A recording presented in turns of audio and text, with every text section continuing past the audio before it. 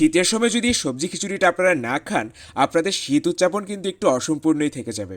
আমাদের বাসায় সবজি খিচুড়িটা রান্না করতেই হয় শীতের সময় নানান ধরনের সবজি দিয়ে। এত উপাদেয়, এত সহজ। চলুন আজকে আপনাদের সাথেও খিচুড়িটা শেয়ার করি। প্রথমে একটা হাঁড়িতে আমি 2 টেবিল চামচ সাদা তেল দিয়ে দিলাম, এতে এবার কিছু সবজি ভেজে নিব। আমি এখানে বড় সাইজের একটা ফুলকপির অর্ধেকটা, 1 কাপ পরিমাণ আলু, আধা কাপ গাজর এবং কয়েকটা শিম এভাবে টুকরো করে নিয়েছি। গাজরটা একটু চৌকো করে ছোটো ছোটো টুকরো করে নিয়েছি। আর ফুলকপিটাকে বেশি ছোট করবেন না, তাহলে কিন্তু গলে যায়। আধা চা চামচ চিনি দিয়ে দিচ্ছি, এতে করে সবজির রঙটা খুব সুন্দর থাকে। সবজিতে আমি কোনো লবণ দিচ্ছি না, সবজিটা এভাবে তেলে ভেজে নিলে দারুণ স্বাদ আসে, দারুণ একটা ঘ্রাণ আসে। কিছুটা লালচে হয়ে এলে তেল থেকে ছেঁকে সবজিটা উঠিয়ে রাখছি। এবার সেই একই হাঁড়িতে আমি দিয়ে দিচ্ছি আরও 1/4 কাপ তেল। এতে দিচ্ছি আমি গরম মশলার ফোড়ন, 3টা তেজপাতা, 2টো দারচিনির টুকরো, 5-6টা এলাচ দিয়ে দিলাম, আর আধা কাপ পরিমাণ দিয়ে দিচ্ছি পেঁয়াজ কুচি। পেঁয়াজ কুচিটা কিছুক্ষণ একটু ভেজে এতে এবার আমি দিয়ে দিব আদা বাটা। আদা বাটা আমি নিয়েছি 1.5 টেবিল চামচ। রসুন বাটা দিচ্ছি আধা টেবিল চামচ।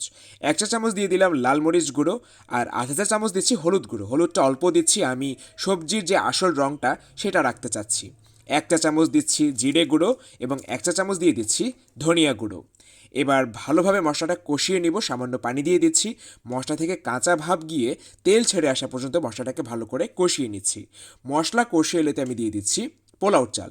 আমি মেজারমেন্ট কাপে মেপে 3 কাপ পরিমাণ পোলাও চাল নিয়েছি, আর সেই একই কাপে মেপে আমি নিয়েছি মুগ ডাল। মুগ ডালটাকে আমি শুকনো খোলায় টেলে নিয়েছি, সুন্দর ঘ্রাণ বের হলে তারপর নামিয়ে নিয়ে ধুয়ে নিয়েছি। চাল ডাল আমি 3 থেকে 4 মিনিট ভেজে নিব। চাল ডাল যখন কিছুটা ঝরঝরে হয়ে আসবে তখন এতে ভেজে তুলে রাখা সবজিটা দিয়ে দিচ্ছি। অনেকে সবজিটা সেদ্ধ করে পানিটা ফেলে দেন, এতে করে সবজির স্বাদ এবং পুষ্টিগুণ অর্ধেকটাই চলে যায়। এভাবে ব্যবহার করবেন, স্বাদটা বেশি ভালো আসে। ভালো করে নেড়ে চেড়ে যাচ্ছি। এখন এতে আমি দিয়ে দিচ্ছি ফুটন্ত গরম পানি। চাল ডাল মিলিয়ে হয়েছে 4 কাপ। 4 কাপের জন্য সেই একই কাপ দিয়ে মেপে ডাবল পানি অর্থাৎ 8 কাপ ফুটন্ত গরম পানি আমি এখানে দিয়ে দিলাম। এতে করে আপনার খিচুড়ি পোলাও সবসময় পারফেক্ট হবে যদি এই ফর্মুলা অনুসরণ করেন। লবণ দিচ্ছি 1.5 টেবিল চামচ। লবণটা একটু চেখে দেখবেন। পানি পানি অবস্থায় যদি আপনার কাছে মনে হয় লবণটা একটু বেশি আছে, তাহলে ঠিক আছে, কারণ চাল ডাল এবং সবজি সেদ্ধ হতে হতে পানিটা ব্যালেন্স হয়ে যাবে।